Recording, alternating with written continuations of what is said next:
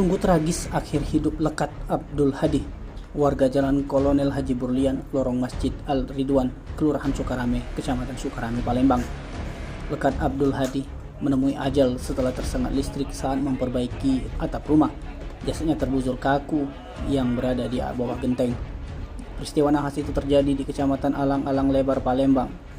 Kapolsek Sukarame Palembang, Kompol M. Ikang Adi Putra, mengatakan korban Lekat meninggal dunia usai memperbaiki bagian atas rumah dari keluarganya yang ada di Jalan Sultan Hasanuddin, Lorong Oyo, Madinah, Kelurahan Karya Baru, Kecamatan Alang-Alang Lebar, Palembang. Izal merupakan cucu dari korban, merupakan saksi yang menemukan pertama kali jasad korban. Pada awalnya memang mengetahui jika korban hendak memperbaiki atap rumah.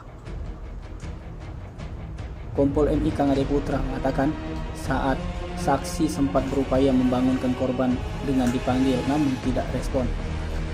Mendapati itu, pihak Pawas serta piket fungsi langsung mendatangi lokasi kejadian, di mana akhirnya korban baru dievakuasi sekitar pukul 13.30 waktu Indonesia bagian Barat. Saat korban langsung dibawa ke rumah duka kemudian langsung dikebumikan. Tim Liputan Sumsel TV melaporkan.